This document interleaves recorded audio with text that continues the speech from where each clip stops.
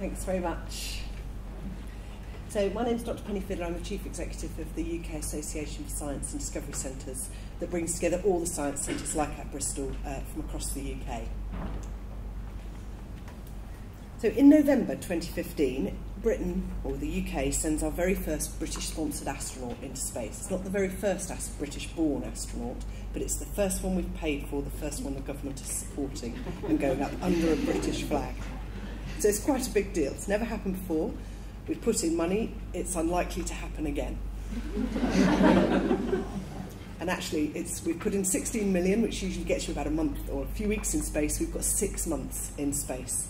So Tim Peake, who is the astronaut, is going up to the International Space Station for 6 months from November, and will be coming back down in about May the following year. And while he's up there, he's going to be doing lots of science experiments, but he also is going to be doing a little bit of education work. Now we, the UK Association for Science and Discovery Centres, are working in partnership with the UK Space Agency to run a national astronaut programme to engage school-age children in family groups at science centres like this around the UK, to involve them sort of in the amazing stories and science surrounding his flight. So this is kind of a one-off opportunity. It's going to happen in 15 parts of the UK, so probably somewhere near where you are. So why does this matter? So there's a lot of reasons that it matters. It's about inspiring people with science, getting more people into engineering, especially more girls into the space sector, lots of things like that. But it matters to everybody in this room because, and it's specifically relevant to everybody in this room,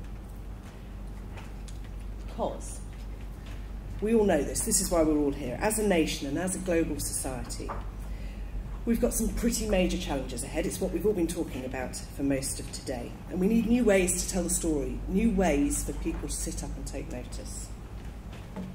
Now, most astronauts, when they go into space,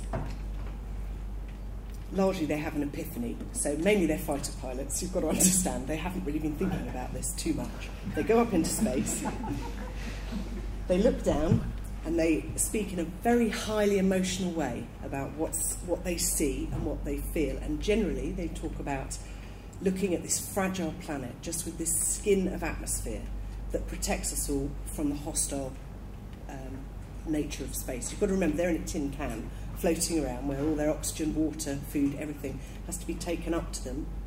And they look down at this nurturing planet, and they talk about it. So we're in this amazing position, we, as in ASDC, are in this amazing position that we can start to tell these stories. And so what I wanted to offer today is anybody who wants to get involved, we want to share everything that comes out of this programme.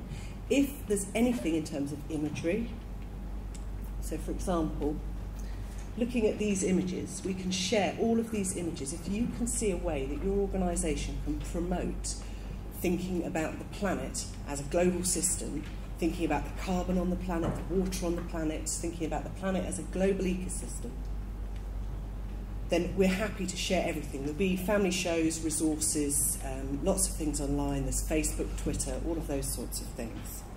And we're hoping if we get more money, there'll be a whole schools programme that goes with it.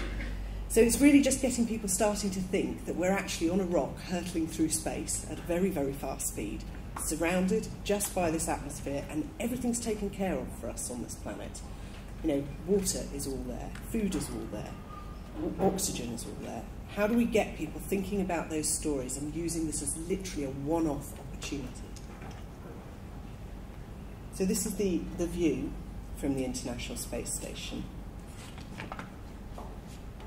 And that's England as it flies over Holland. You see the sort of bottom, that's Hull coming towards London.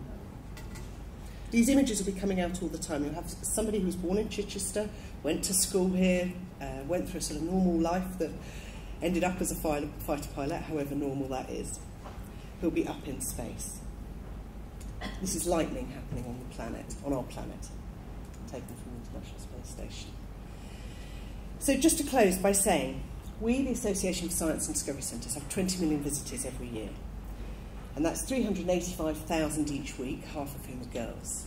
This programme's going to be running in all the centres. We'll be working with 15 science centres across the UK to run these activities, and we're creating the content For this, we brought together 3 expert partners, the National Space Centre, Jodrell Bank Science Museum, and we're working with the UK Space Agency. We're just in Swindon, not too far from here, very glamorous place. Did I say that out loud? And also the European Space Agency. So Tim's going to tweet from space, and we're putting in requests now, and by now I mean in the next 2 weeks, we are putting in requests to ask him to do things whilst he's in space, and talk about things whilst he's in space. So I'm here tonight and tomorrow, so if there's anything that you think we should be talking to him about, and he should be talking to kids in Britain about, then please do come and talk to me, because I think there's a massive selection of opportunities that we can use to talk about our planet in a global context. Thank you.